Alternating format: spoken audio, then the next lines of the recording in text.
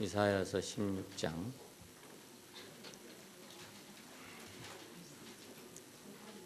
5절 말씀입니다. 다윗의 장막의 왕위는 인자함으로 굳게 설 것이요 그 위에 앉을 자는 충실함으로 판결하며 공평을 구하며 의를 신속히 행하리라.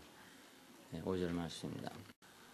만유를 포함한 그리스도 10번째 오늘 다윗의 장막의 위입니다.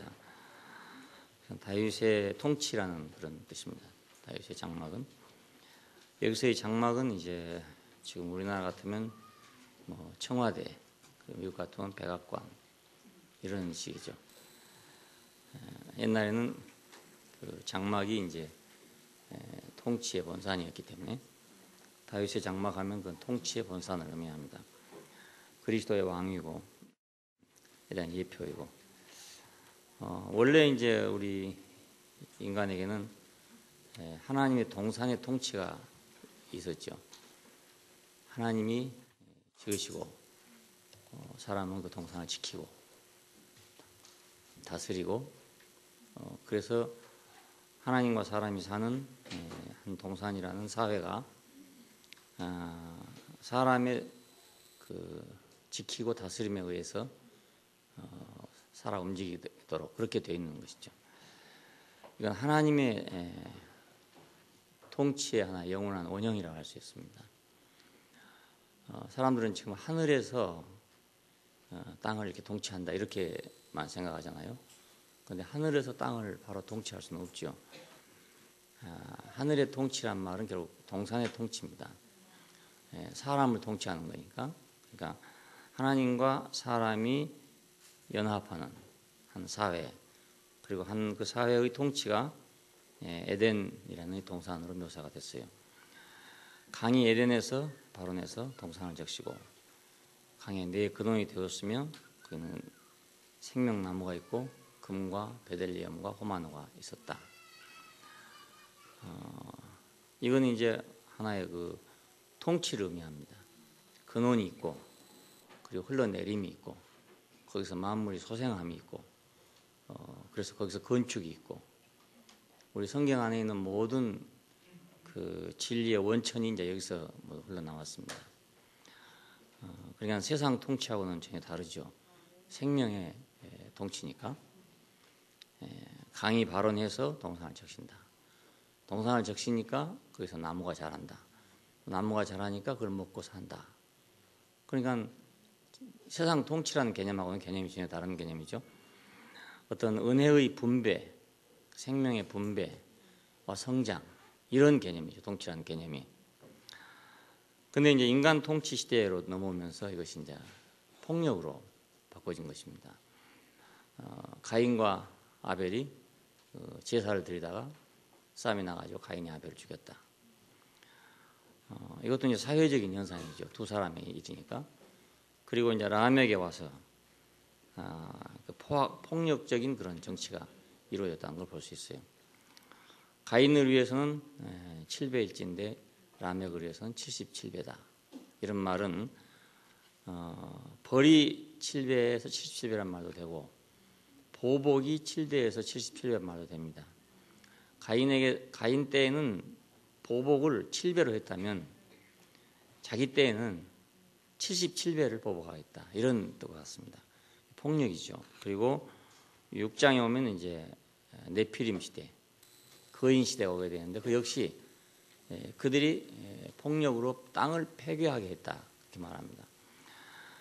그리고 이제 바벨 탑을 쌓는데 이르면 그들은 이제 야망이죠. 우리가 힘을 합하자, 높이 오르자, 우리 이름을 빛내자 이랬으니까 야망이잖아요. 자, 이것이 이제 세상의 인간 통치의 원리가 돼가지고 그 폭력과 야망이 원리가 돼가지고 온 제국을 이제 이루어왔습니다. 애굽, 바벨론, 아수르, 메데, 파사, 히랍, 로마 이렇게 해서 세계를 지배하던 이제 열강들이 이스라엘 주변에 이제 있었고 이스라엘 이런 열강들 속에서 이제 순환을 당한 그런 백성입니다. 우리나라도 역시 마찬가지로 열강들 속에서 순환을 당해온 그런 백성일 수 있죠. 서쪽으로는 대제국인 중국이 있고 동쪽으로는 일본이라는 이렇게 막강한 나라가 있고 또 북쪽으로는 러시아가 있고 이래서 조선 말렵에 보면 완전히 이건 한반도는 그 사이에서 어디로 갈 줄 모르는 그런 방황을 하고 있는데 이스라엘 말기에도 역시 마찬가지입니다. 그 아수르로 붙어야 되는가 애굽으로 붙어야 되는가. 어떤 사람들은 애굽으로 붙어야 산다. 어떤 사람들은 아수르로 붙어야 산다. 이래서 국론이 분열되고 그랬습니다. 왜냐하면 약소국가이니까. 지정학적으로 사이에 끼어 있는 나라들은 대부분 이런 순환을 겪고 있습니다. 우리도 지금 지정학적으로 동북아에서 이런 사이에 끼어 있으니까 물론 경제적으로 지금 상당한 수준에 올라서 그래도 세계 무역 10위권에 오르고 이런 참 놀라운 기적이 발생했어요. 하지만 주변 열강에 비하면 아무것도 아니죠. 일본에 비한다, 중국에 비한다 이러면 아무것도 아니지 않습니까? 이 속에서 우리가 어떻게 살아남을 것이냐 이건 아주 고도의 외교적인 그 노력이 필요하고요. 외교적인 기술이 필요합니다. 그런데 외교적인 기술이 잘못되면 이제 한쪽에 미움을 받게 되고 그렇게 되면 피해를 받게 되고 그렇죠. 지금 우리가 그런 형편이잖아요. 지금 미국에게 미움을 받고 있는 그런 실정입니다. 외교를 잘못해서 그렇다고 할 수 있죠. 생각을 잘못해서 이런 현상이 벌어졌습니다. 그러니까 마지막에는 결국 하자는 대로 하게 된다고요. 뭐 여태까지 어딘가 뭐 직동가리 미군들 폭격장을 못하게 한다고 난리를 치고 이렇게 했다가 미군 사령관이 뭐 한마디 해보니까 뭐 대번에 그냥 당장 내일부터 뭐 복격해라 이렇게 불렀어요. 결국 안 될 건데 괜히 미움 받고 결국 내놓고 그런 셈이 되는 거죠. 일찍 줬으면 차라리 그래도 뭐 건말이라도 고맙다는 말을 듣고 할 텐데 이제는 고맙다는 말을 안 듣고 안 주면 한국에서 땅을 안 주면 주한미 공군을 한국 밖으로 옮기겠다 이거예요. 또 그럴 수밖에 없잖아요. 폭격장이 없으니까 연습을 못 하잖아요. 그런 나라에 어떻게 있겠어요. 그 말도 뭐 합당한 말이죠. 뭐 한 말 해보니까 뭐 당장에 어떻게 했는지 하여간 뭐 당장 폭격장 해도 된다 이렇게 들었어요. 이런 것이 모두 외교의 부족이죠. 인간 통치의 원리는 폭력과 야망입니다. 양육 강식이고 그러니까 강한 자한테 약한 자는 들 수가 없어요. 뭐 아무리 자존심 세우고 아무리 뭐 자주 뭐 했어도 약하면 할 수 없는 거 아닙니까? 우리 조선 한국 시대 우리 조상들이 얼마나 기계가 아주 강하고 높았습니까? 그렇잖아요. 기계 하나만을 가지고 참 버티고 살던 그런 사람들인데 뭐 힘이 없으니까 별 수 있습니까? 뭐 아무 능력도 없고 기계만 자랑하고 있다가 그냥 송두리째 나라를 그냥 줬죠. 인간 통치의 중심은 폭력과 야망이라는 것입니다. 국제사회에서는 이건 아주 확실하게 드러납니다. 개인과 개인 사이에는 도덕률이 통하고 있지만 조금 개인과 개인을 넘어서면 도덕률이 약해집니다. 그리고 국가와 국가 사이에는 도덕이라는 건 없습니다. 거기는 힘, 그거밖에는 없습니다. 완전히 힘의 논리입니다. 그러니까 꼭 누가 잘한다 해서 뭐 잘 되고 못한다 해서 못 되고 이런 것도 아니고요. 결국 힘이죠. 국제사회에서는 완전히 힘이죠. 일본이 우리나라를 강점하게 될 때 세계 열강들이 다 알았거든요. 다 알았지만 묵인했던 것입니다. 왜냐하면 일본을 무서워하기 때문에 다 묵인했던 것입니다. 어쩔 그럴 수밖에 없는 게 만약 안 그러면 일본하고 싸워야 되거든요. 그러니까 중국이 되들었다가 청나라가 되들었다가 망했죠. 러시아가 되들었다가 또 망했죠. 그러니까 뭐 서구 열강들이 볼 때 저 건드려봤자 뭐 우리한테 이거 없겠다 싶으니까 눈 감고 모른 체 해버렸죠. 만국 평화회의니 이런 것이 지금 유엔체는 있었어요. 없는 건 아니고 있었지만은 아무런 힘도 발휘하지 못했습니다.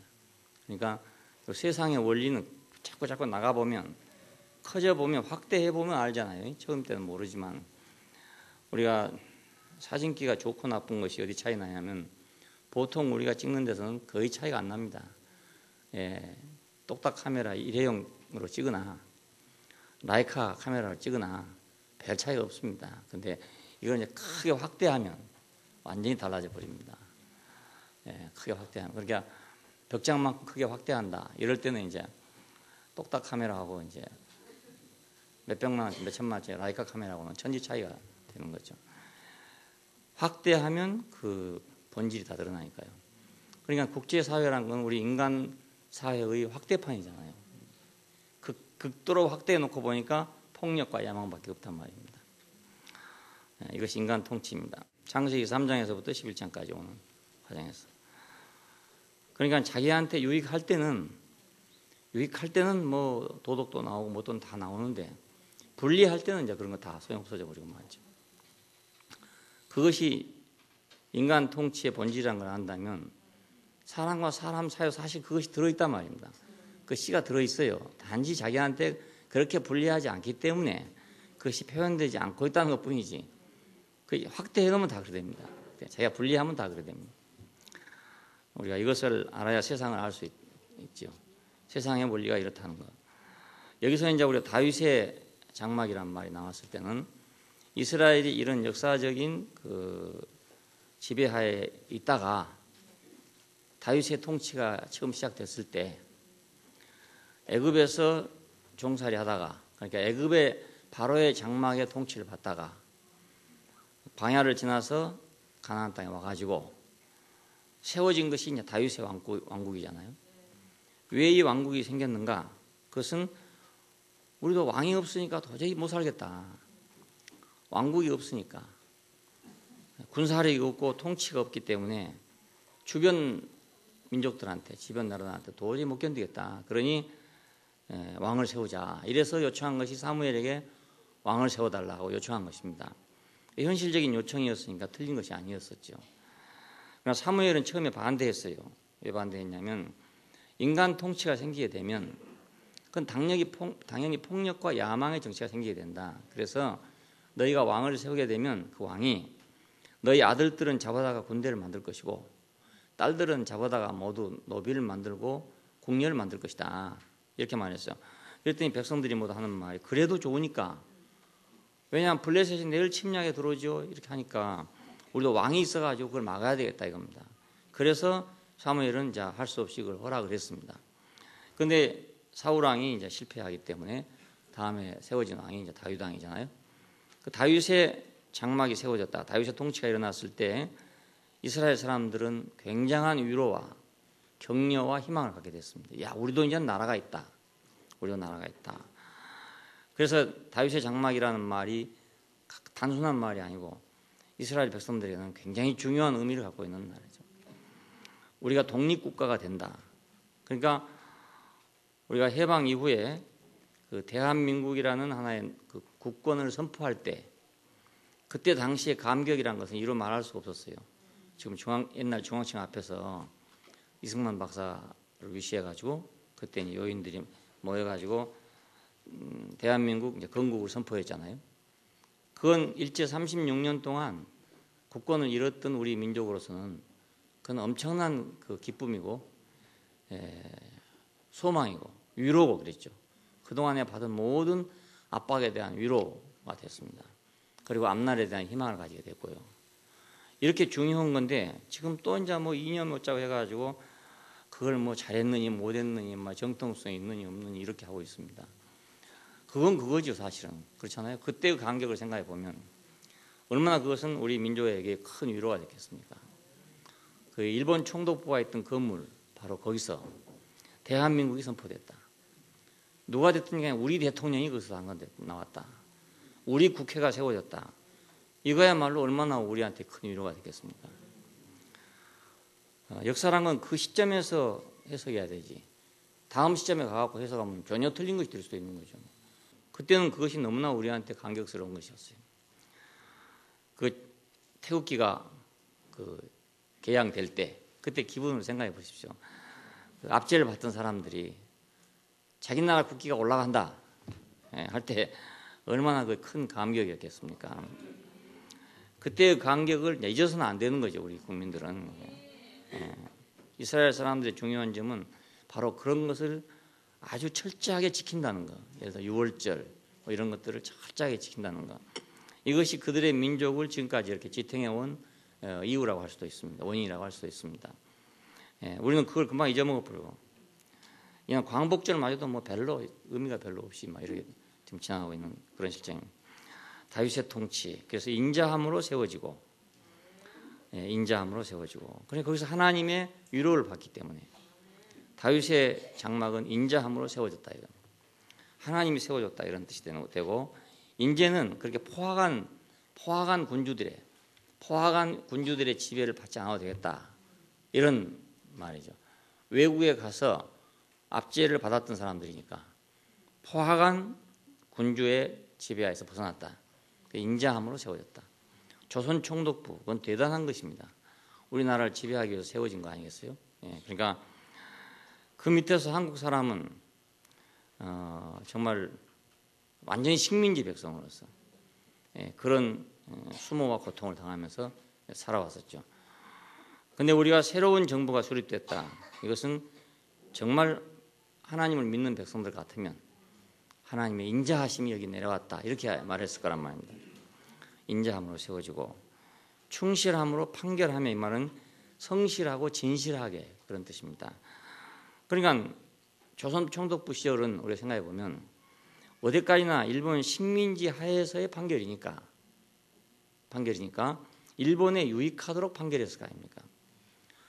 일본에 유익하도록. 일본의 국익에 무엇이 유익하냐 이게 중요한 문제 아니겠어요? 자, 그러니까 그건 진실이라는 게 없죠.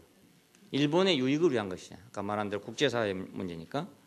그래서 전부 일본에게 유익하도록 법을 선포했어요. 우리나라에서 이제 전매 사업이라는 게 있습니다. 술, 담배, 인삼 이 세 개가 전매 사업인데 전매 사업이란 말은 특별한 허가를 받아서 정부로부터 허가를 받아서만 할 수 있다 이런 얘기입니다. 개인이 할 수가 없고요. 옛날에는 이건 다 각자 그냥 아무나 할 수 있었던 것인데 전매 사업으로 만들어놨어요. 그래가지고 이제 한국 사람들을 완전히 사로잡게 됐죠. 법이 없이 살던 사회를 법을 만들어가지고 법으로 이제 통치하기 시작했습니다. 그러니까 아무 집에서나 그냥 막걸리 만들어 먹던 농주 만들어 먹다가 이게 막 전매 사업이 딱 되고 나니까 못 해먹게 하는 거예요. 경찰들이 하는 일이 뭐냐면 시골에서도 술 검사하는 거예요. 집집마다 누구 집에 술을 만들고 있나. 숨겨가지고 하다 걸리면 이제 벌금 물고 막 가서 맞고 이랬습니다. 뭐 담배, 인삼 뭐 말할 거 없고요. 그래서 전부 그걸 전매해가지고 전매청이나 그렇게 생긴 것이거든요. 거기서 이제 자기들 이익을 갖고 사들여가지고 싸게 사들여갖고 비싸게 팔고 이렇게 했습니다. 심지어는 이제 땅도 등기법도 없었어요. 우리나라에는 그냥 조상부터 내려오면 그냥 거의 우리 땅이다 그러면 우리 땅이 되는 거라. 다 동네 사람이 다 아니까 다 보증인이 있으니까. 그런데 이제 등기법을 만들어가지고 등기를 해라 그러니까 어떤 사람들은 등기를 했습니다. 하라는 대로. 어떤 사람들은 내가 왜 등기를 하느냐. 우리 조상들 땅인데. 그래갖고 안 한 사람도 있었거든요. 이런 사람들은 다 뺏겼죠. 그건 다 국유지로 만들어 버렸어요. 그러니까 지금 국유지라는 것은 전부 다 그 적산입니다. 그러니까 일본 사람들이 자기들 앞으로 다 국가 소유로 만들어 버린 것이거든요. 임자 없는 땅이니까, 등기 없는 땅이니까. 이렇게 해서 법을 만들어서 미개한 나라를 갖다 통치하면서 자기들 유익하도록 다 착취했죠. 그러니까 법으로 본다면 맞지만 우리에게 대해서는 그것은 불공평한 것이었죠. 공평하지 못한 것이죠. 그러니까 다윗의 통치는 진실함으로 판결한다. 우리는 아무리 가서 잘해봤자 만약 일본의 국익에 위배된다고 생각하면 부당한 판결을 받아야 했다 이 말입니다. 그러니까 이제는 그렇지 않고 우리가 진실한 왕의 통치를 받게 됐다 이런 뜻입니다. 공평을 구하고 의의를 신속히 행했다 이겁니다. 그러니까 이런 그 통치가 이스라엘 백성들 가운데 왔을 때 얼마나 그것은 큰 위로와 자랑과 격려와 소망이 되겠습니까? 그런데 역대 왕들은 한두 사람을 제외하고는 모두 다 우상 숭배를 빠지고 폭력과 불의를 자행해 왔습니다. 그래서 우리가 이 예언서들을 모두 읽으면, 선지서들을 읽으면 전부 이 우상 숭배와 폭력과 불의를 지탄하는 말들입니다. 전부 다. 왜냐하면 왕들이 그렇게 했기 때문에. 왕들이 그러면 그 밑에 있는 방백들이 다 그렇게 하겠죠. 그래서 새로운 통치, 그 정말로 진실함으로 판결하는 왕은 없겠는가? 공평과 의를 추구하는 그런 왕은 없는가? 이것을 이스라엘 사람들은 계속해서 갈망을 해왔습니다. 이것이 그리스도에 대한 대망으로 이어지게 됩니다. 그냥 그리스도가 온 것이 아니고요. 그냥 원래는 정치적인 의미에서 그리스도를 기다렸죠. 여러분 알고 보면 다윗과 같은 왕이 있어야 되겠다. 이 불의의 통치를 대체할 수 있는 진실하고도 의로운 그런 통치자가 와야 된다. 하나님의 대리자로서 그 하나님을 대신할 수 있는 그런 대리자가 와야 되고 그런 통치자가 와야 된다. 그래서 그리스도를 대망하게 이릅니다. 역사가 그렇게 흘러가면서 점점 차츰 이제 그 굳어져 가요. 그 이제 윤곽이 더 분명해져 나갑니다. 이렇게 어려워질수록 구체적으로 더 이러이러한 사람이 필요하다. 이러이러한 사람이 필요하다. 자, 그래서 우리는 예수 그리스도가 왔을 때 흑암에 앉은 백성이 큰 빛을 보았다. 이런 말들이 나오죠. 이것은 이런 대망의 연속입니다. 이런 대망 속에서 이 사람을 보니까 이 다윗 같은 임금이 되겠다. 이런 생각을 했던 것이죠. 참 통치자가 되겠구나. 이런 생각을 했어요. 근데 이제 예수는 다윗의 정치적인 그 통치를 개성한 것이 아니었습니다. 여기서 실망을 하게 된 것입니다. 그들은 기다리기를 다윗의 위를 가진 그런 왕이 오기를 기다렸는데 처음에는 이 사람이 그 사람이 아닐까? 왜냐하면 그 사람이 이적을 행한 걸 보니까 구약의 모든 예언들을 보면 이런 왕은 오면 이러이러한 능력을 행할 것이다 라고 예언이 돼 있어요. 그래서 그런 능력을 행한 걸 보고 이 사람이 바로 그 사람이다 이렇게 생각하고 군중이 따랐던 것입니다. 그런데 점점 가면 갈수록 그런 통치자가 아니고 그런 거하고는 전혀 무관하고 먼 사람이라는 것이 드러나게 됐어요. 그래서 군중이 떠나게 되고 마지막엔 증오를 하게 된 것입니다. 우리가 속았다 이렇게 생각했다니까. 네가 우리를 야유했냐 이런. 그 무슨 저 불난집에 부천질했냐 이런 식으로. 불난집에다 뭐 휘발유 뿌렸냐 이런 식으로. 우리가 얼마나 오랫동안 그리스도를 대망하고 다윗과 같은 왕을 대망했는데 네가 와서 우리를 갖다가 야유에도 분수가 있지 이럴 수가 있는. 그래서 이를 갈게 된 것입니다. 죄목은 물론 뭐 하나님을 참남하게 했다 이런 제목을 씌웠지만은 그 근본 원인은 거기에 있습니다. 그 메시아를 대망하던 그 대망에서 어긋났기 때문에 그래서 분노를 갖게끔 그래 됐어요. 그러나 이제 그리스도의 통치가 왜 이렇게 됐냐면 인간 통치로서는 그것이 아무리 다윗의 통치를 하더라도 그것이 부패하지 않을 수가 없다 그것입니다. 인간 통치에서. 그러니까 다윗 한 사람을 제외한 모든 왕들이 대부분 다 부패하게 됐어요. 그러니까 인간 통치에서는 어쩔 수가 없다는 것이 그 인식되어 왔을 거 아닙니까? 그래서 예수님에게 와서는 이제 새로운 통치, 전혀 다른 통치가 나왔다고 할 수 있어요. 우리가 그냥 역사를 그냥 생각한다면요. 공자님에 대해서 마찬가지입니다. 지난번에 어떤 분에게 그 주자학을 하는 분에게 제가 물어봤어요. 그렇게 그 참 도덕적이고 진실하고 그 빈틈없고 이런 학문을 나면서부터 죽을 때까지 하는 사람들 아닙니까? 우리 2조 조선왕조만 보더라도 거기에 대신들 정치한 사람들은 전부 그 학문을 한 사람들이거든요. 전부 다. 요즘처럼 여러 가지 정치 기술을 배운 게 아니고 논어맹자, 대학 중용, 시전, 서전 이런 경전들을 모두 10년, 20년씩 평생을 공부한다고요. 과거에 나오는 제목이 전부 다 그런 거란 말입니다. 자, 그런데 그렇게 공부한 사람들이 나와서 정치를 했는데 왜 그 모양이냐, 왜 밤낮 싸우고 그러냐라고 얘기했더니 질문을 정확하게 이해를 못했는지 여러 가지 다른 얘기를 하고, 기독교도 마찬가지 아니냐 이런 식으로 대답하더라고요. 그 말을 묻는 게 아니었어요. 아니고 왜 그랬느냐, 그것은 아무리 높은 이상이 있다 하더라도 정치로 들어오면 그건 그렇게 나타날 수밖에 없어요. 부패할 수밖에 없어요. 그래서 공자도 정치에 뛰어들었다가 물러났잖아요. 정치에 들어갔는데 안 되거든요. 예수님이 만일 정치에 들어갔다 역시 안 되는 겁니다. 석가모니의 정치가 들어가면 됐냐? 안 되는 겁니다. 그러니까 종교나 뭐 사상이나 이런 것들이 정치가 될 수가 없어요. 정치하고는 성질이 전혀 다르기 때문에. 그래서 그 유학이 그렇게 참 훌륭한 말만 평생 그걸 외우고 살지만은 어렸을 때부터 소학을 배울 때부터 한마디도 틀림없는 말을 다 배우고 있습니다. 그럼에도 불구하고 막상 정권을 잡고 정치를 하면 그건 달라져 버리고 말합니다. 그러니까 인간 통치의 그 본질이 폭력과 야망이기 때문에 그 이루어질 수가 없어요. 공자님이 100명이 와도 안 돼요. 그리고 공자님 보고 왕을 하라 해도 사실 안 돼요. 그래도 안 돼요. 그러니까 해보니까 안 되겠으니까 물러났죠.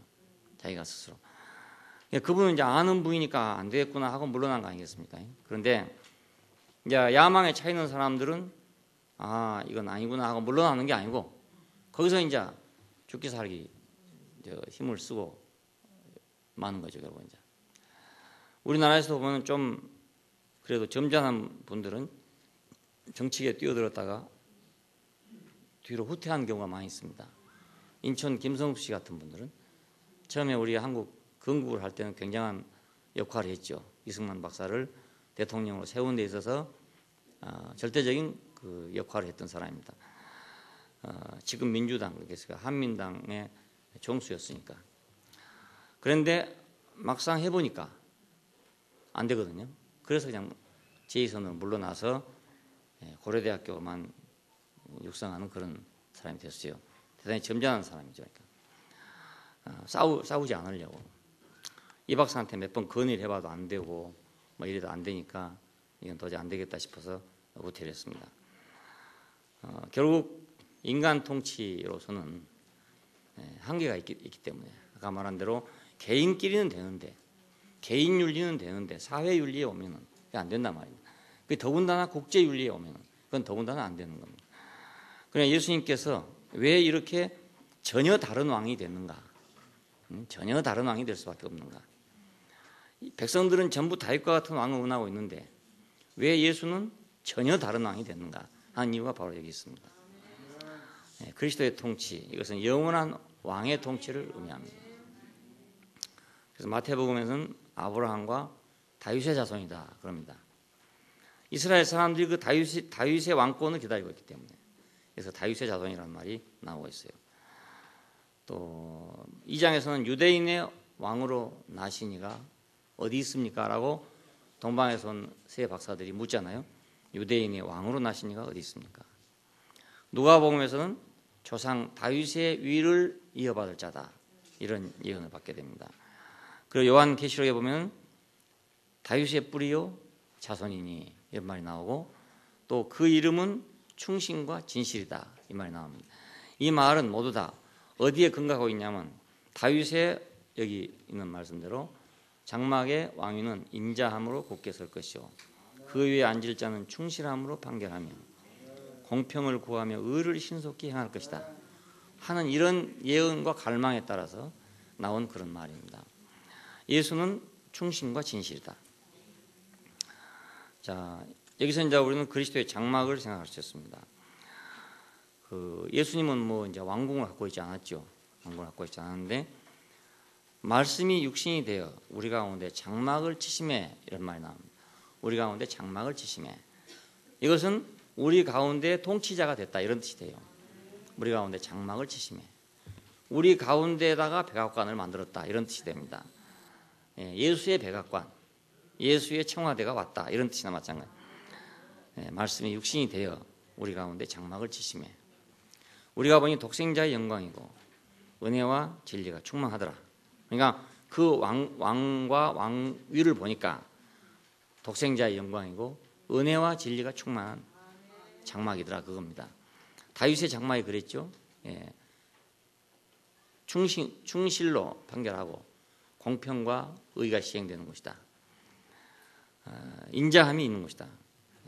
그리고 사탄을 퇴치시키고 이제 하나님의 왕국을 열게 됐어요. 왜냐하면 그 이스라엘 사람들의 문제는 사탄의 문제라고 여기지 않고 주변 국가들의 문제라고 생각하고 있습니다. 그 주변의 강대국, 이스라엘을 괴롭힌 나라들 이것을 물리쳐야 된단 말입니다. 이걸 현실적으로는. 그런데 예수님께서는 그것과 관계없이 사탄을 물리쳤다 이겁니다. 이것은 인간의 문제는 이스라엘 나라의 문제는 그걸지 모르지만 인류의 문제는 사탄의 문제다 이것입니다. 그래 근원적이죠. 자, 이런 걸 우리가 볼 때 우리도 인간의 문제를 볼 때 무엇이 문제인가? 어떤 사람은 뭐 돈의 문제가 있고, 어떤 사람은 뭐 직장의 문제가 있고, 어떤 사람은 뭐 지식의 문제가 있고, 뭐 이렇게 보이지 않습니까? 문제가 생길 때마다 어떤 문제가 생기면 이러이러한 문제, 저러이러한 문제, 뭐 여러 가지 문제가 뭐 생겨요. 하고 있지만은 우리가 그런 것을 보고 있으면 안 되고, 저 사람의 근본적인 문제가 무엇인가를 생각해 보면 그건 사탄의 문제란 말입니다. 우리의 문제가 마찬가지예요. 그러니까 우리 어떤 경우에 이런 문제 저런 문제가 모두 우리를 괴롭힐 수 있습니다. 이런 문제 저런 문제가 내 인생을 막 험하게 만들어낼 수가 있어요.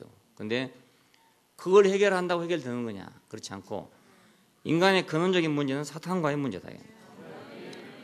자, 그러니까 예수님은 자기의 왕국을 시작함에 있어서 주변 국가들을 다 정복하기 위해서 무기를 만든 것이 아니라 사탄을 정복함으로써 나라를 시작했단 말이에요. 그러니까 다른 나라랑 갈 수 있죠 우리가. 예수의 나라는 다른 나라구나. 이 돌들로 떡이 되게 하라 했을 때 사람이 떡으로만 살 것이 아니고 하나님의 입으로 나오는 말씀으로 사는 것이다. 이건 이제 사탄을 퇴치시키는 문제죠. 사탄은 언제든지 인간에게 찾아와서 이 돌들로 떡이 되게 하라. 그것입니다. 돌들로 떡이 되게 하라. 요즘 같으면 돌로 달러가 되게 하라 이런 말이 되겠죠. 이 돌로 달러가 되게 하라 이런 뜻입니다. 무엇이든지 하여간 다 돈이 되게 만들어라 이런 뜻과 마찬가지입니다. 사람이 돈으로만 살 것이 아니고 하나님의 입으로 나오는 말씀으로 사는 것이다. 그러니까 우리가 하나님 말씀이 소중해져야 그래야만 사탄이 물러가지. 내가 하나님 말씀 먹는다고 배부르냐? 이러면 사탄의 종이 되는 거라. 그 말 속에는 뭐가 들었냐면 그래도 돈이 최고지 이 말이거든요. 밥이 최고지 그 말이니까 그러면 이제 밥 귀신한테 자기가 걸려가는 거예요. 돈 귀신한테 자기가 이제 끌려가는 거예요. 그 귀신한테 뿐입니까? 돌로라도 떡을 만들라는 말이니까 무엇을 가지고라도 다 밥이 되게 하라 이 말 아니겠어요? 그러니 사람은 그런 능력이 있다면 누가 그것을 안 갖고 싶겠습니까? 돌로 떡을 만드는 능력만 있다면 지금 물로 가는 자동차 아무 데서나 그냥 수돗물 좀 넣어갖고 막 가는 자동차 이게 지금 얼마나 지금 대망입니까? 공해도 없고 얼마나 좋겠어요. 막 물로 그냥 아무 데서나 수도꼭지만 대놓으면 그냥 주유소도 필요 없고 이제 물로 가솔린이 되게 하라 이 말이죠. 물로 가솔린이 되게 하라. 이런 능력만 있다면 지금 지난번에 누가 뭐 팜플렛을 가져왔는데 뭐 물로 가는 자동차를 만들게 된다. 거기 지금 미리 투자해라 이라고 다니는. 참 황당하죠. 황당하죠. 그 정말 되기만 한다면 되기만 한다면. 예, 물로 가는 자동차를 만들 회사에다가 미리 투자하라 이 말입니다. 미리 투자. 봉이 김선달보다 더한 거지. 예. 이 돌들을 명하여 떡이 되게 하라. 그겁니다. 예, 성전 꼭대기에 세우며 가로되 뛰어내려라. 그럼 네가 하나님의 아들이라면 천사들이 너를 받들어 줄 것이다. 종교적인 사람들은 얼마나 이걸 기다리고 있습니까?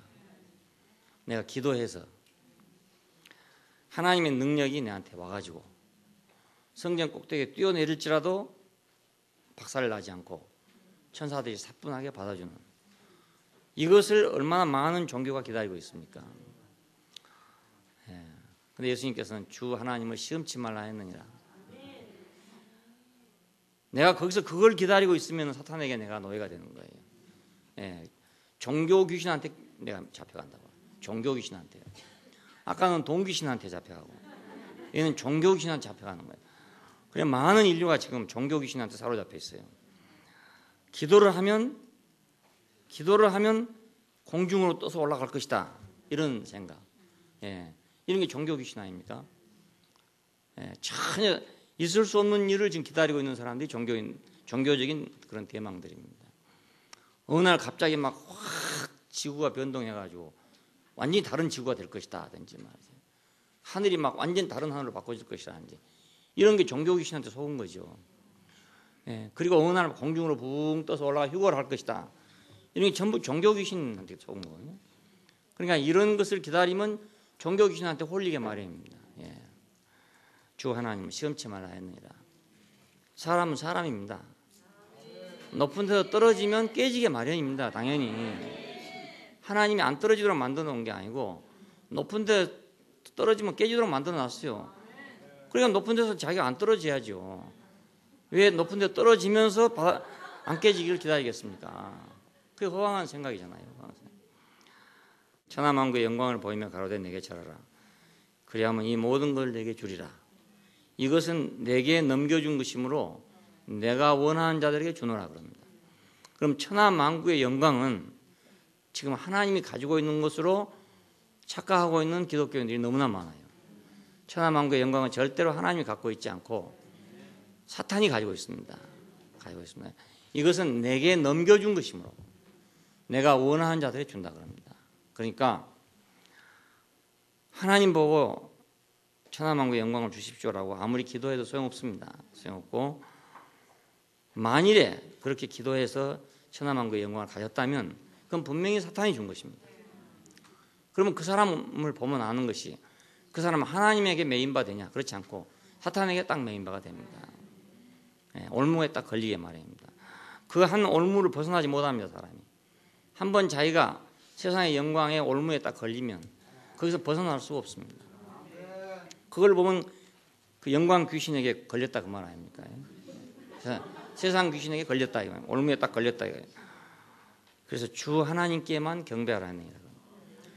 사람은 천하만국의 영광을 가질 자가 아니고 하나님을 경배하기 위해서 지어진 자다.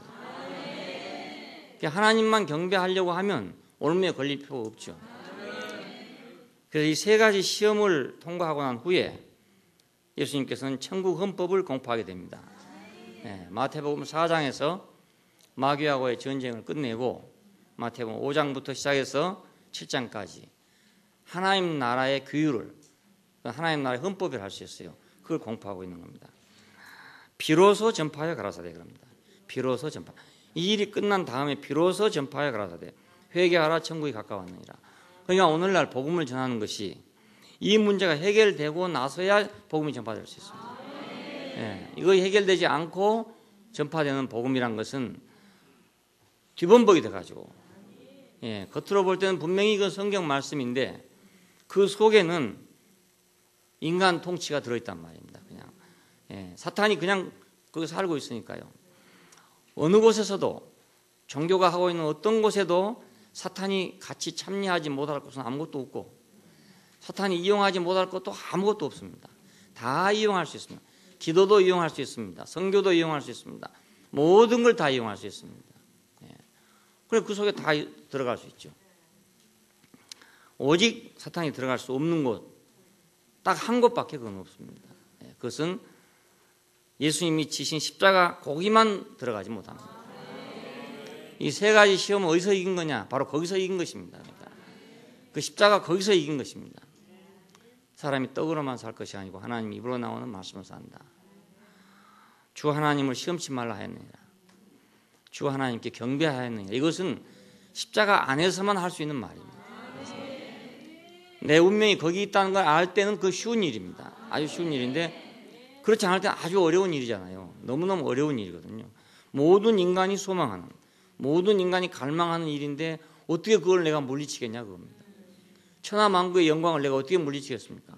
갑자기 지금 와가지고 대통령이라도 시켜준다 하면, 장관이라도 시켜준다 하면 그거 어떻게 물리치겠냐 이겁니다. 그렇지 않겠어요? 대단히 어려운 일이죠. 밤잠을 못 자고 고민할 일이기도 하고 아예 고민할 필요도 없을 일이기도 하고 그렇죠. 근데 어디서는 쉬운가 하면 내 운명이 십자가 안에 있구나. 내가 흙에 불과하구나. 숨이 코에 붙어 있구나. 이걸 알면 또 너무너무 쉬운 거죠. 아무것도 어려운 거 전혀 없는 거죠. 그러니까 비로소 전파해 가라사대. 자, 여기서부터 복음이 시작돼야 되지. 이것이 없이 시작되는 복음은 전부 다시 도로 세상을 만들어버리고 마는 겁니다. 기독교가 2000년 동안 복음을 전파한다고 전파했습니다. 그 결과는 무엇인가? 도로 세상이었습니다. 하나님 나라가 된 적은 없습니다. 아주 굉장한 부흥운동이 일어나고 굉장한 막 지축으로 흔드는 사건이 일어날 때가 있었어요. 그렇지만 뒤에 가보면 도로 세상입니다. 영국에서 한참 부흥운동이 일어날 때는 술집이 다 문을 닫게 되고 극장이 다 문을 닫게 되고 다 망했어요. 아무도 간 사람이 없으니까. 다 회개하고 예수를 믿었으니까. 그러면 얼마나 놀라운 사건이 발생했습니까? 그런데 지금 영국은 어떻게 됐습니까? 그냥 잘 사는 나라가 되고 말았죠. 그냥 신사국가 되고 말았지. 거기서 하나님 나라는 전혀 아닙니다. 그러니까 이게 속은 거죠. 문명국가를 건설하기 위해서 예수가 온 것이 아니지 않습니까? 예수에 오신 것은 문명국가 때문에 온 것이 아니고 내가 문명국가 나쁘단 말이 아니고 문명국가 때문에 온 것이 아니란 말입니다. 하나님의 왕국을 위해서 오셨으니까 그 목표에서 빗나가 버렸다 그 말입니다. 그래서 비로소 전파하여 가라사대 회개하라 천국이 가까웠느니라. 여기서 회개하라는 말은 돌아서란 뜻입니다. 자, 이 의미는 이런 말이 있었죠. 너희가 다윗의 왕국을 기다리고 있냐? 그 지금까지 그렇게 너희가 오랫동안 경험을 해보면서도 그 나라의 원리가 뭔지 모르냐? 거기서 돌아서라 이런 말이 됩니다. 경험 안 해봤냐? 그 많은 왕들이 다 어떻게 너희들을 통치해 왔느냐? 그렇다면 너희는 거기서 회개하라. 거기서 돌아서라 이겁니다. 천국이 가까웠다. 다른 나라가 가까웠으니까 그쪽으로 돌아서라 이겁니다. 그리고 난 다음에 제자들을 부르셨습니다. 그러고 난 다음에. 자, 그러니까 성경은 그냥 써진 게 아니죠. 비로소 전파하시고 그 다음에 제자들을 부르셨다. 그리고 천국 헌법을 공포하게 됐어요. 마태복음을 읽어보면 처음에는 마귀하고 싸우시고 두 번째는 제자들을 부르시고 그 다음에 천국 헌법을 공포하시고 이런 순서로 되어 있습니다. 그리고 그분은 이제 뭘 했냐면 예수님의 행적을 보면요. 병자를 고친 거 이것이 대부분입니다. 제일 많은 일이고 바람과 바다를 잔잔케 했다. 또 귀신 들린 자를 고쳤다. 중풍병자를 고쳤다. 소경을 눈을 뜨게 했다. 벙어리를 고쳤다. 뭐 한편 손 마른 자들을 고쳤다. 굶주린 백성들을 먹였다. 무리로 걸으셨다. 이런 일들이 이제 예수님의 행적입니다. 전부 다 행적. 여기서 우리는 이제 왜 이런 일을 했을까? 이런 일은 오늘날 같으면 별로 의미가 없습니다. 병은 병원에서 다 고치고, 그렇죠? 뭐 바람과 바다를 잔잔케 할 필요도 별로 없고요. 배가 원체 크게 만들어지니까 수십만 톤 그 배 같은 거는요 태평양 바다에 가도 뭐 든든하게 간다고요. 그러니까 뭐 바람과 바다를 잔잔케 할 필요가 별로 없죠. 그때는 배가 조금만 가니까 조금만 바람이 불어도 막 배가 까마지잖아요. 그래서 이제 그런 건데 지금은 그런 거 필요 없이 됐어요. 귀신 들린 자를 고쳤다 이러는데요. 귀신 들린 것도 지금은 전부 다 정신병이 됐잖아요. 정신병으로 판명이 됐어요. 그러니까는 이것도 뭐 문제가 안 돼요. 중풍병자 이것도 뭐 신경외과, 신경내과 좋아요. 사진 찍어보면 다 피 터졌느냐 안 터졌느냐 알고 이랬습니다. 옛날에는 웬일인지 모르게 갑자기 한 편이 마비돼 본다고요. 이거 어디서 나온지 모르는 거죠. 왜 이렇게 된지를 몰라요. 그러니까 이것이 하늘이 준 병이다 이렇게 생각했단 말이에요. 근데 지금은 보니까 머릿속에서 터져갖고 됐다 이거. 이런 것들이 모두 다 지금은 의미가 없게 됐어요. 근데 왜 지금도 우리는 이걸 읽냐면 이 속에 우리의 인간의 근원적인 문제들이 있어요. 우리 인간의 근원적인 문제. 우리는 병들어 있는 사람들이고 바람과 바다에 요동하는 사람들이고 귀신에게 끌려다니는 사람들이고 무슨 이유인지 모르는데 반신불수된 사람들이고 눈은 있는데 보지 못한 사람들이고 입이 있는데 할 말은 안 하고 안 할 말만 하는 사람들. 그런 사람들입니다. 우리 인간들이 전부 다. 그렇잖아요. 그 좋은 입으로 좋은 말을 할 수 있는데 좋은 말을 못 한다고요. 남을 살리는 말을 할 수 있는데 남을 죽이는 말을 하게 됩니다. 그래 입이 있어도 소용이 없죠. 눈이 있어도 보기는 보는데 하나님의 축복은 못 보고 모두 저주만 보게 된단 말이에요. 자, 이런 문제입니다. 이것이 뭐다. 자, 그때 당시에는 이런 병자들 뭐 이런 문제들이지만 지금 우리가 와서 보니까 이게 이래서 써 있구나. 우리가 바로 병든 사람들이었고, 우리가 바로 바람에 요동하는 사람들이었구나. 우리가 무엇인지 모르는 것에 끌려다니는 사람들. 이것이 귀신 들린 사람 아닙니까? 왜 그렇게 끌려다니는지 모르고 끌려다니는 것이 귀신 들린 것입니다. 라고 하면. 중풍병자. 그게 다 세상을 보면 지금 그때 상황이나 지금 똑같아요. 똑같습니다. 그래서 천국을 비유로 말씀하십니다. 천국은 마치 밭에 묻힌 보화 같은 것이다.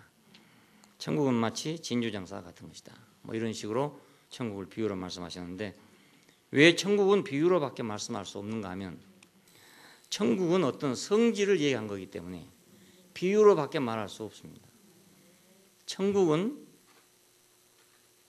비유로 말할 수밖에 없는 게 성질이니까, 어떤 성질이니까. 우리가 술을 보면 그 주정, 알코올을 주성분으로 해서 다른 걸 희석해 갖고 만들어 놓은 것입니다. 모두.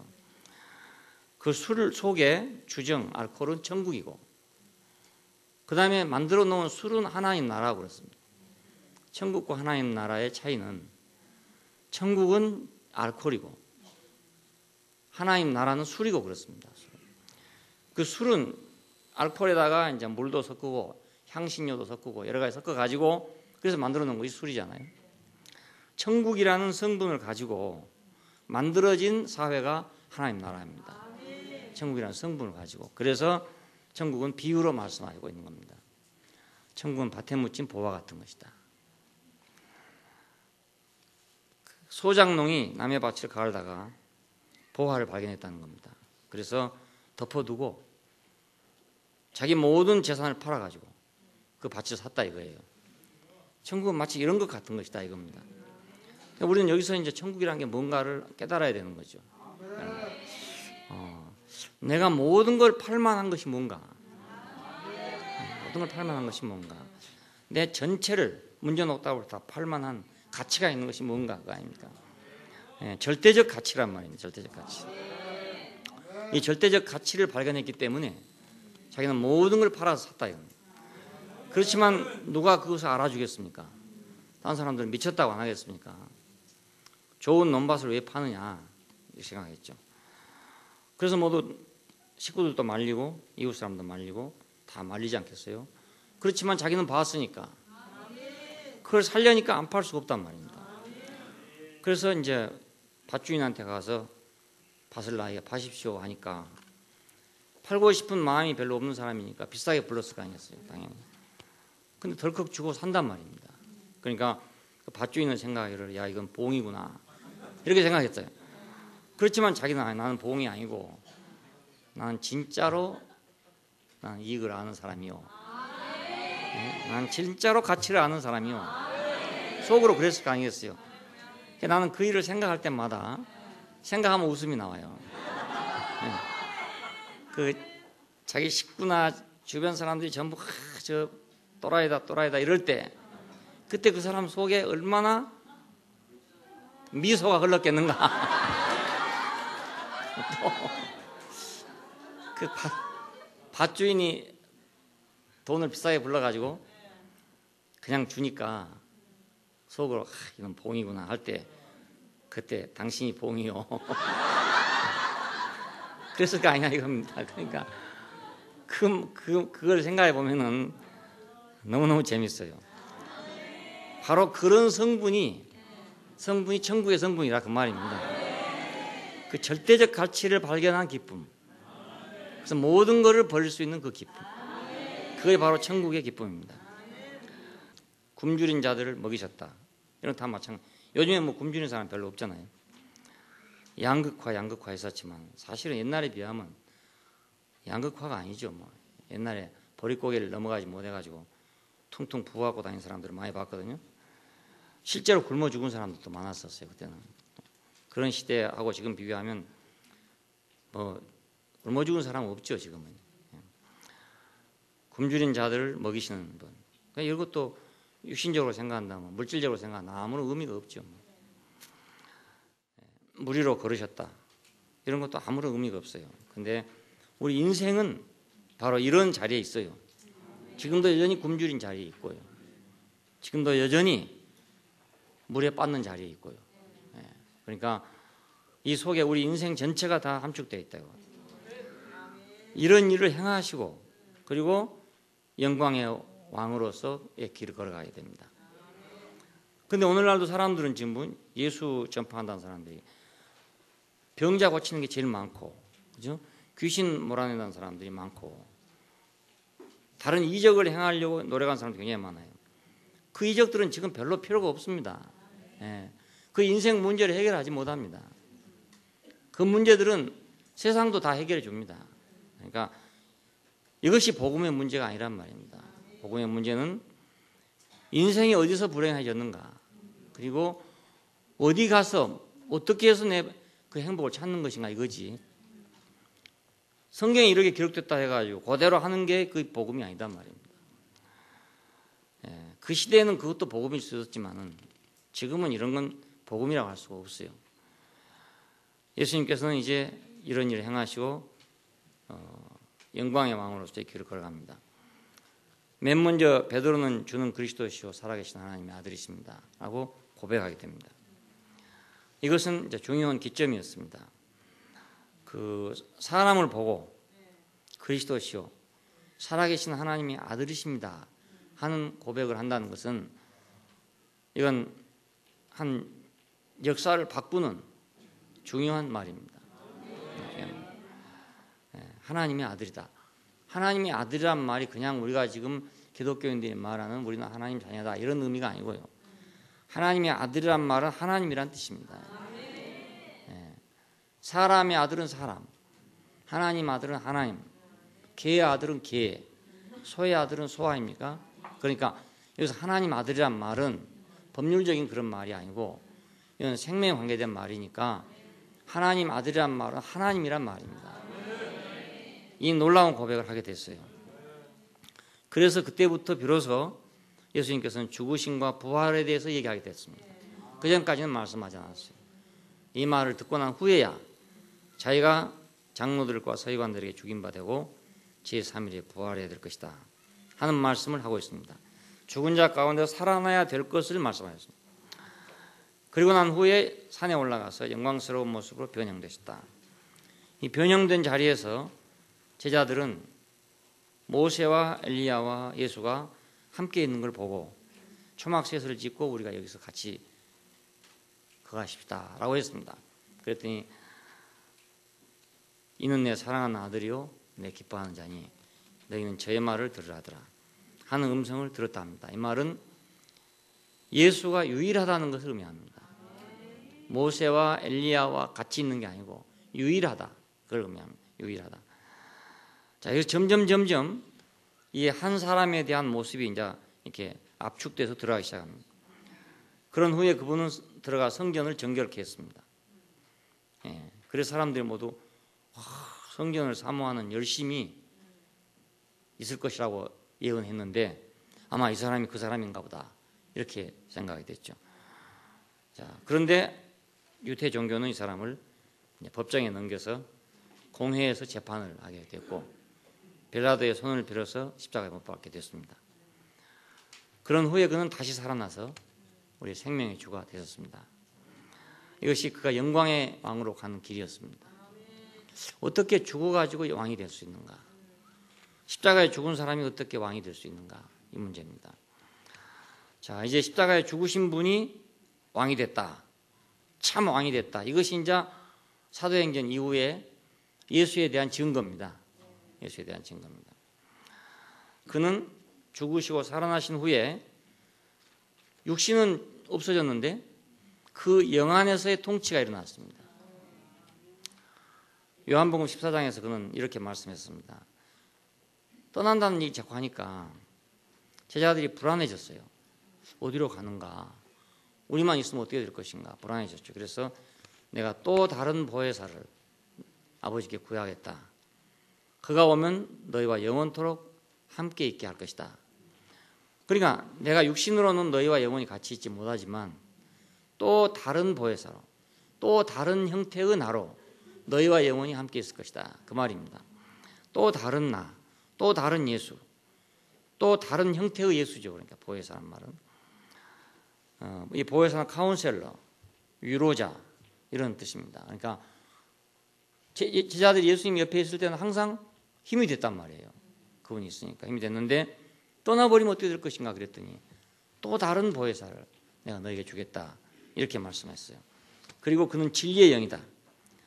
영원토록 우리와 함께 할 건데 그는 진리의 영이다. 실제의 영이다 그 말이거든요. 그런데 그가 오시면 내가 아버지 안에 너희가 내 안에 내가 너희 안에 있는 것을 알게 할 것이다 이렇게 말했습니다. 14장 20절에 보면 내가 아버지 안에 있고 너희가 내 안에 있고 내가 너희 안에 있고 이것을 알게 할 것이다 그거예요. 그 예수님이 아버지 안에 있다는 것을 아는 것, 그리고 우리가 그분 예수 안에 있다는 걸 아는 것, 예, 이것이 중요한 문제입니다. 예수는 아버지 안에 있고 예수는 아버지 안에 있는 사람이고 우리는 예수 안에 있는 사람이고, 예, 우리는 하나님 안에 직접 있을 수가 없잖아요. 우리는 하나님 안에 직접 있을 수가 없어요. 그런데 우리는 누구한테 있어요? 예수 안에는 있을 수가 있어요. 어떻게 예수 안에 있을 수 있는가? 그의 죽으심과 합하여 우리는 그분 안에 있는 사람이에요. 우리의 행위나 우리의 신분이 그분과 함께 있을 수 있는 게 아니고 그분의 죽으심 안에서 우리가 연합하면 그 죽으심 안에서는 우리가 그와 함께 있단 말입니다. 이 말은 그분의 운명과 우리 운명은 하나다 그 말입니다. 그러니까 내가 아버지 안에 있고 너희가 내 안에 내가 너희 안에 있는 것을 알게 할 것이다 이것입니다. 자, 이건 아주 놀라운 일이죠. 너무너무 놀라운 일입니다. 어떻게 우리가 하나님 안에 있는가? 우리는 하나님 안에 있을 방법이 없잖아요. 예수 안에밖에 있을 수가 없습니다. 예수 안에밖에. 네, 근데 그걸 알게 된다는 거.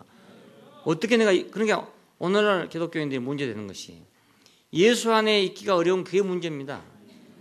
왜 어려운가? 예수가 신이 되어버렸기 때문에 있기가 어려운 것입니다. 예, 예수가 또 하나의 신이 되는데 어떻게 그 안에 있겠어요? 육신을 가진 인간이 신 속에 어떻게 있겠냔 말입니다. 신 속에는 우리 있을 수가 없어요. 예, 신 속에 있을 수가 없어요. 사람이신 그분 안에 내가 있지. 신인 그분 안에 우리 있을 수가 없잖아요. 그러니까 내가 아버지 안에 너희가 내 안에 내가 너희 안에 있는 것을 알게 할 것이다. 그래서 모든 진리 가운데로 인도할 것이다. 이거 실제니까 모든 실제 가운데로 인도할 것이다. 그리고 과정을 거친 그 영으로서 우리를 통치하고 있습니다. 부활 승천하기 전에는 이 영은 계시지 않았다 그럽니다. 요한복음 7장을 보면 누구든지 목마르거든 내게로 와서 마시라. 이것은 그들이 받을 성령을 가리켜 말씀하신 것이다 그럽니다. 배에서 생수의 강이 흘러 넘칠 것이다. 이것은 그들이 받을 성령을 가리켜 말씀하신 것이다. 거기다 뭐라고 써놨냐면 그러나 아직 그가 영광을 받지 못하신 고로 그 영이 아직 저희에게 계시지 않더라 그럽니다. 이 말은 죽으시고 부활하시고 승천하시기 전에는 그 영은 계시지 않았다 그 말입니다. 그냥 죽으시고 부활을 승천하신 후에 그 영이 오게 되면 배에서 생수의 강이 흘러넘칠 것이다 그 말입니다.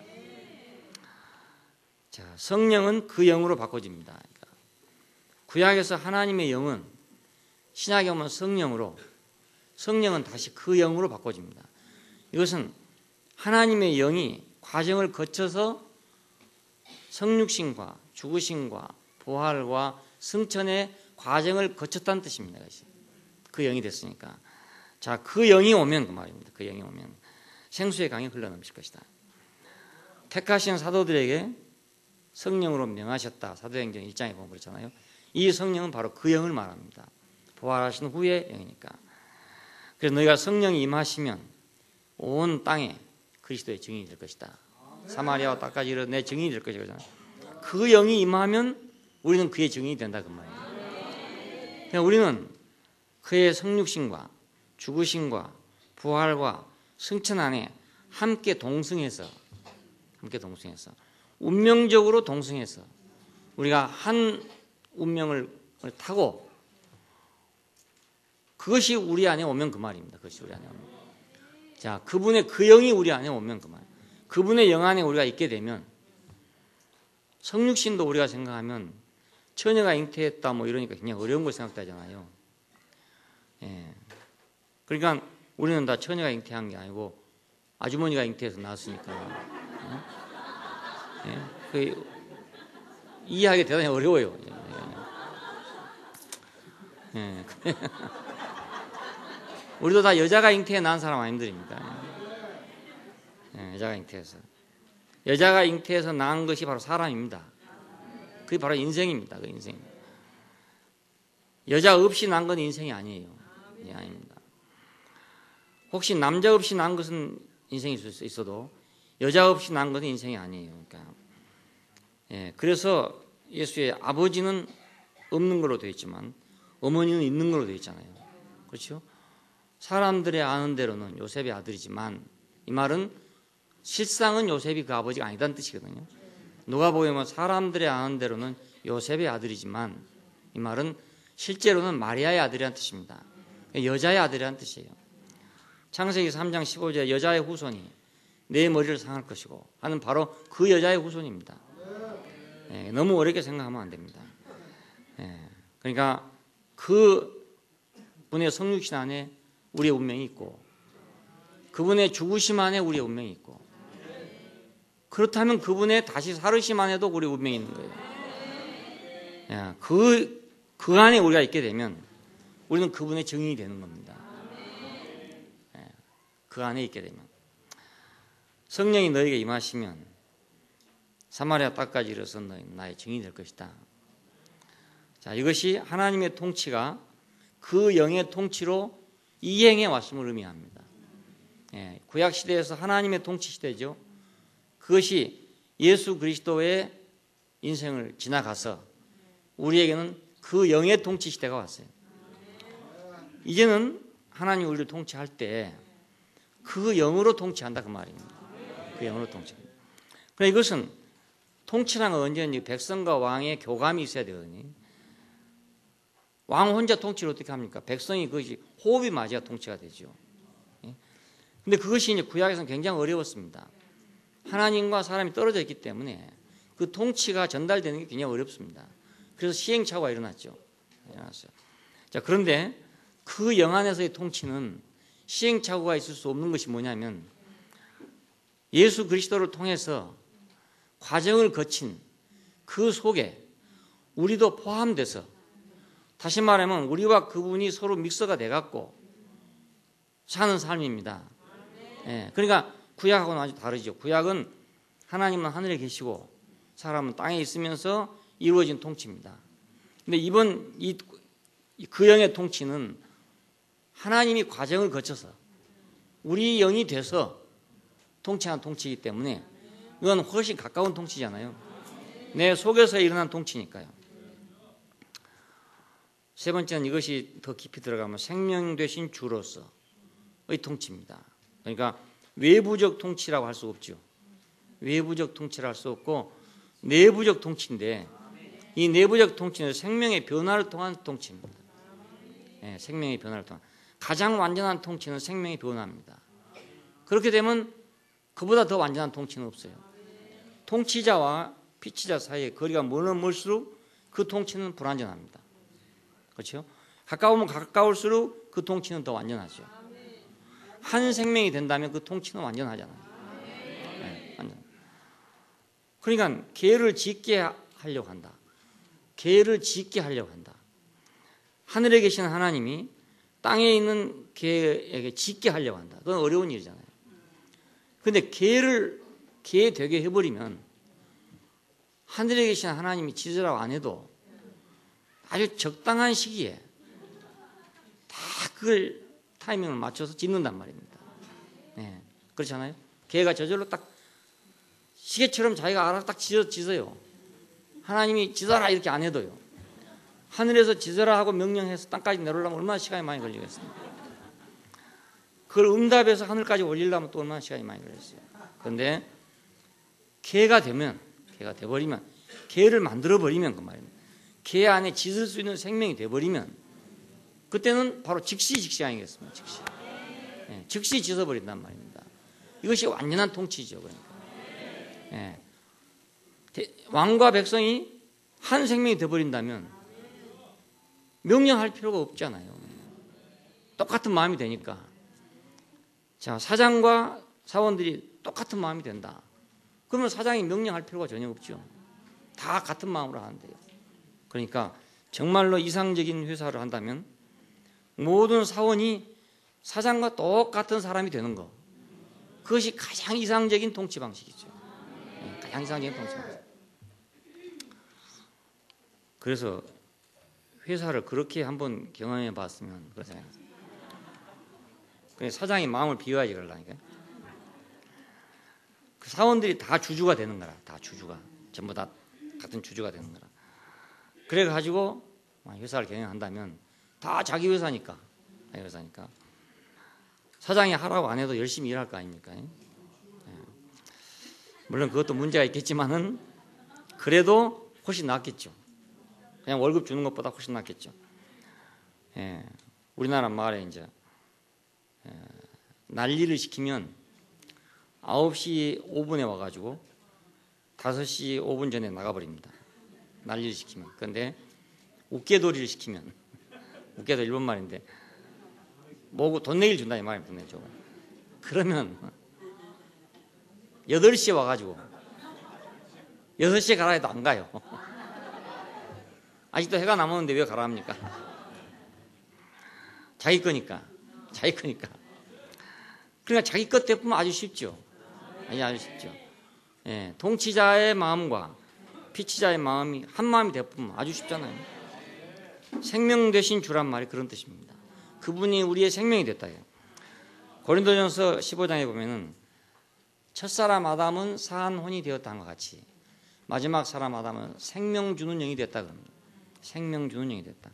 로마서 8장 1절에는 생명의 영의 법이 죄와 사망의 법에서 너희를 해방하였다 그럽니다. 그러니까 하나님이 해방시켜준다는 말이 아니고 이제는 과정을 거친 그분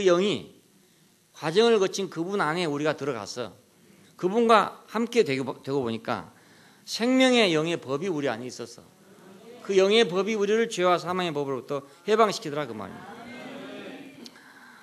자, 그러니까 통치의 원리도 바꿔졌지만 통치의 방식이 바꿔지고 통치의 생리가 바꿔졌죠. 생리 자체가 바꿔졌죠. 생명의 영의 법이 작용하니까. 자, 이것이 참된 이제 그리스도인의 생활입니다. 영을 쫓아 행함으로 율법의 요구를 이루어지게 한 것이다. 그러니까 옛날에는 하나님이 율법을 주고 백성은 그 율법을 지켜야 했습니다. 그럼 율법을 매개로 해서 하나님과 사람과의 관계가 성립이 됐습니다. 이 법을 매개로 해서. 그런데 이걸 해보니까 도저히 안 되는 것이 하나님의 법은 완전하지만 사람이 그걸 시행할 수 없단 말이에요. 그 하나님 마음만큼 안 되는 거라. 명령한 자의 마음만큼 그 시행되질 않아요. 그래서 문제가 생겼죠. 그런데 이는 생명의 영의 법이 왔으면 바로 그 율법을 주신 이의 영이 왔다 그 말입니다. 율법을 주신 이가 내 생명이 됐단 말이에요. 그럼 바로 내가 율법을 낸 자가 되고 내가 율법을 낸 자니까 내가 하기가 쉽죠. 영을 쫓아 행함으로 율법의 요구를 이루어지게 하려 한 것이다. 율법을 폐하는 것이 아니라 율법의 요구가 이루어지게 한 것이다. 영의 생각은 생명이요 평안이다. 생명과 평안이다. 자, 우리는 지금 이런 통치 안에 들어와 있습니다. 다윗의 통치가 어떻게 지금 변천하고 있으며 어떻게 변화하고 있는가? 그 영 안에서의 통치로 지금 변화되고 있다. 그 영으로 말미암아 마침내는 죽을 몸도 살릴 것이다. 우리 육신은 육신의 법을 갖고 있어요. 육신은 육신의 법을 갖고 있습니다. 생리적인 법을 갖고 있어요. 자기 고유한 법을 가지고 있습니다. 내 마음하고 상관없는 법을 갖고 있습니다. 내 육신은. 그래서 내가 배가 고프지 않아야 되겠다고 마음 먹어도 육신의 법은 배가 고픕니다. 그러니까 내 마음하고 다른 법을 갖고 있죠. 다른 법을 갖고 있어요. 그런데 그 영의 통치가 우리 안에서 완숙되게 되면 우리 죽을 몸도 살릴 것이다. 그 말은 법이 서로 달라가지고 내가 마음으로는 이렇게 하고자 원하는데 육신은 안 된다 이 말입니다. 법이 서로 틀리니까 안 되는데 그 날이 돌아오면 그 육신도 이 법에 복종하게 될 것이다 이겁니다. 죽을 몸도 살릴 것이다 그것입니다.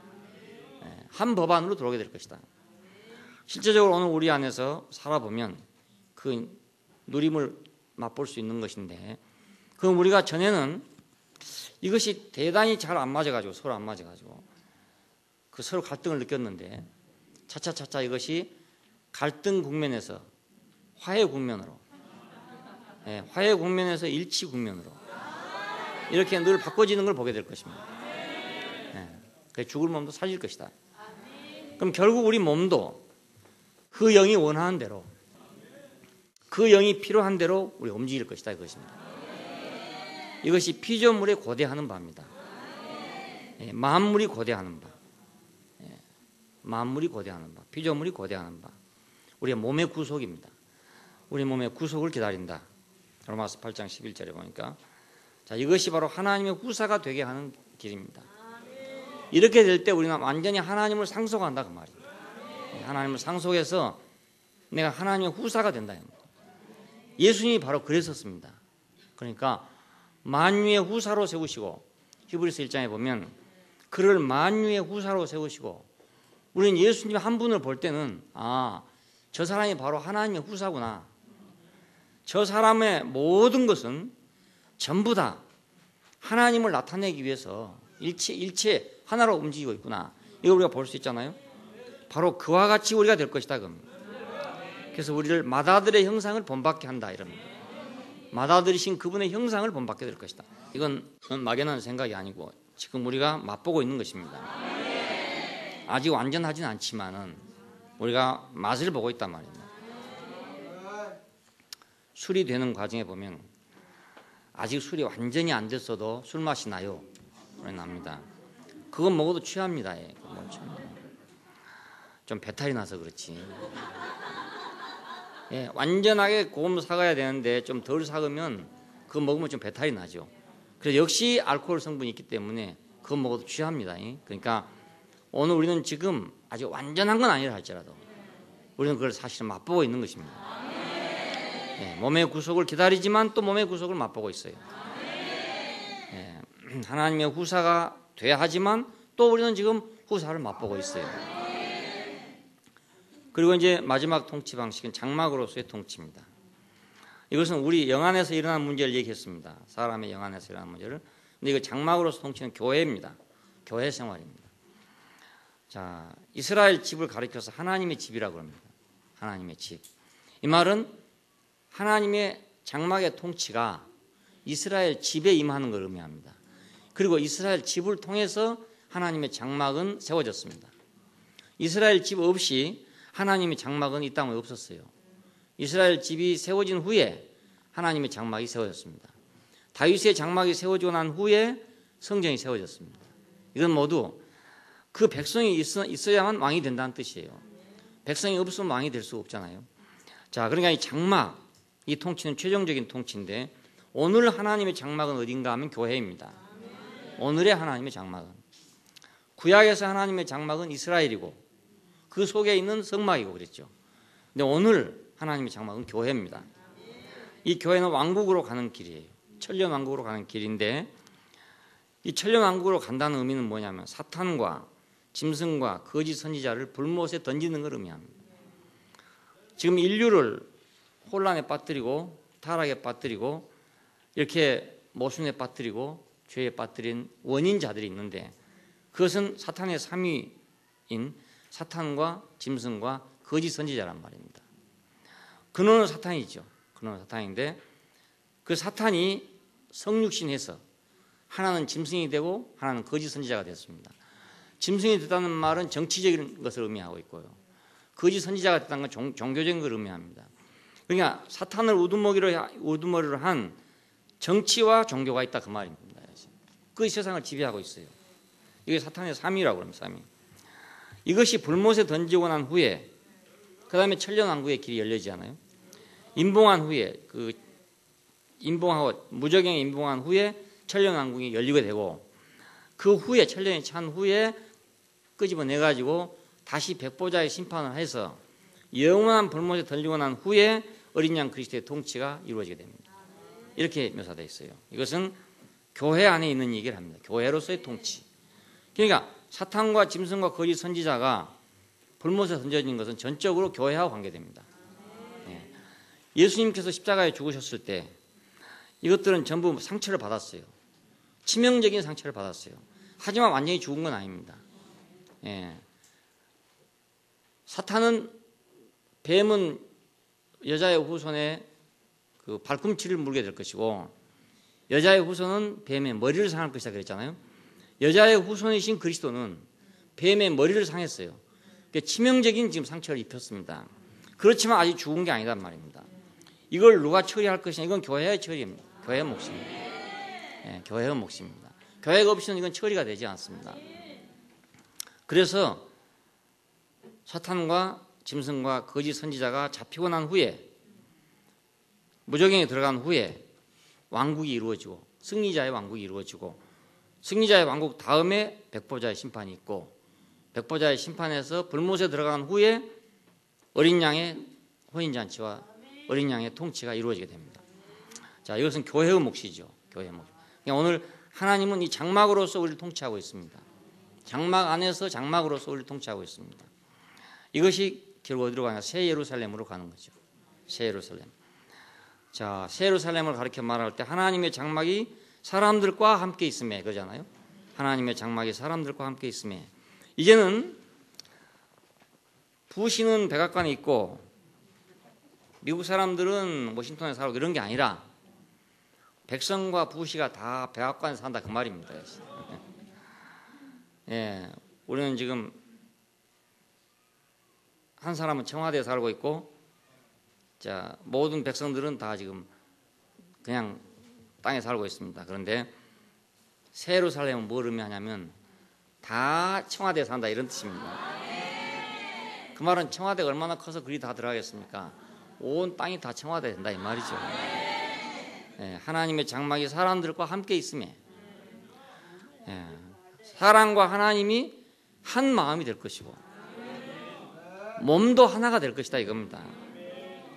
그분의 마음과 사람의 마음이 하나 돼서 한 표현이 이루어질 것이고 성령과 신부가 말씀하기를 오라 하는도다 값없이 와서 생명수를 받으라 하더라. 완전한 생명의 연합체, 완전한 생명의 연합의 통치, 왕과 백성이 한 생명체가 되는 것, 이것이 완전한 이상의 세계입니다. 그런데 사람들이 생각하는 이상 세계가 아니라 이건 오늘 현실에서 우리가 지금 맛보고 있는 것입니다. 예수 그리스도 안에서 인격적으로 이미 완성이 됐고 이 완성된 한 실체가 교회를 통해서 지금 확산되고 있는 것입니다. 확장되고 있어요. 그래서 우리는 그걸 맛보고 있는 것입니다. 확장되고 있는 과정에 아까 사진을 확대하듯이 확대할 때 흠이 많이 생겨나잖아요. 이렇게. 그래서 예수님에게서는 우리가 흠을 볼 수가 없어요. 볼 수 없는데 교회에서는 많은 흠을 보게 됩니다. 그래서 얼마나 완전한 사진기로 사진을 찍냐 하는 문제가 생깁니다. 얼마나 우리가 완전하게 그리스도를 보느냐. 하는 문제가 사진을 확대할 때 결함이 있느냐 없느냐가 발견되는 것과 마찬가지입니다. 그래서 우리는 영원히 원점을 보고 있어야 되고 영원히 원점으로 돌아가야 되고 교회는 2000년의 역사를 지나오면서 너무너무 멀리 가버렸어요. 그 원형에서 멀리 가버렸단 말입니다. 원형에서 초대교회로 돌아가자, 초대교회로 돌아가자 이런 운동들이 늘 있어 왔습니다. 그러나 초대교회로 돌아가자는 것이 어디로 돌아가는 거냐면 겨우 해봐야 서로 상부상조하자, 뭐 서로 사랑하자, 뭐 열심을 내자, 기도를 하자 이런 데로 돌아가는 것입니다. 이게 돌아가는 게 아니고 진짜로 근원으로 돌아가면 그리스도에게로 돌아가야 돼요. 초대교회로 돌아가려면 그리스도에게로 돌아가야 되죠. 그 원판으로 돌아가야 돼요. 원판으로. 라이카 카메라가 찍은 그 원판으로 돌아가야 된다. 그러면 이제 10배, 20배, 30배로 확대되더라도 사진이 역력하게 그대로 같을 거 아니겠습니까? 왜 돈 많이 주고 비싼 카메라를 삽니까? 그것 때문에 사는 거죠. 그렇잖아요. 우리가 어디 가면 기념사진 한 장 찍으려고 라이카 카메라 살 필요가 없어요. 몇천만 원짜리 살 필요가 없어요. 그냥 일회용 카메라만 가지고 충분히 찍을 수 있어요. 확대하려니까 그걸 필요한 겁니다. 확대하려니까. 자, 성육신도 하나의 장막입니다. 그죠? 하나의 장막이었죠. 말씀이 육신이 돼요. 우리 가운데 장막을 치시면 장막에서. 교회 역시 하나의 장막입니다. 왕국 역시 하나의 장막입니다. 새 예루살렘 역시 완전한 장막입니다. 그래서 다윗의 장막의 실체죠. 다윗의 장막의 완성이고. 자, 오늘 여기 이사야 16장에 나온 다윗의 장막의 왕위는 인자함으로 굳게 설 것이요 그 위에 앉을 자는 충실함으로 판결하며 공평을 구하며 의를 신속히 행할 것이다. 이것이 어디서 이루어지겠습니까?